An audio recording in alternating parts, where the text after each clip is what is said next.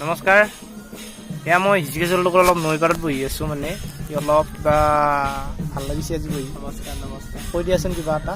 আমি নৈ পাৰত বহি আছোঁ। ভাল লাগিছে। আমাৰ আজি গাঁৱত এখন পূজা আছে, হেলদিয়া উৎসৱ আছে আৰু আমি সেয়া চাব আহিছোঁ। আমাৰ এনেকুৱা নৈপৰীয়া বাসিন্দা হিচাপে আমাৰ গাঁৱত এনেকুৱা বহু ধৰণৰ উৎসৱ আহি থাকে। হয়। আৰু আজিও সেই উপলক্ষে উৎসৱ আছে আৰু আমাৰ কাৰণেতো গোটেই জীৱনটোৱে এটা উৎসৱ।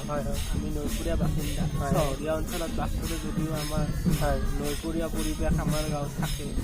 সকলো ধৰণৰ মানুহ আমাৰ গাঁৱত বাস কৰে। আমি বহুত সুখী হয়। তাকে আমি তাৰমানে গুৱাহাটীৰ পৰিৱেশটো আমাৰ ইয়াত আছে আৰু গাঁৱলীয়া নিবাস গাঁও এখনো আমি ইয়াত তাৰমানে দেখিবলৈ পাওঁ। সঁচাই ভাল লাগে। আমাৰ পৰিৱেশটো আমাৰ হাতত মূলধন নাথাকিব পাৰে, কিন্তু আমাৰ হাতত এটা বহুত ডাঙৰ সঞ্চয় এটা আছে। আমাৰ এটা পৰিৱেশ আছে, সুস্থ পৰিৱেশ, এটা গাঁৱলীয়া উশাহ আছে। সেইটো আমাৰ কাৰণে সৌভাগ্য আৰু সেইখিনিয়ে। ধন্যবাদ হৃষিকেশ।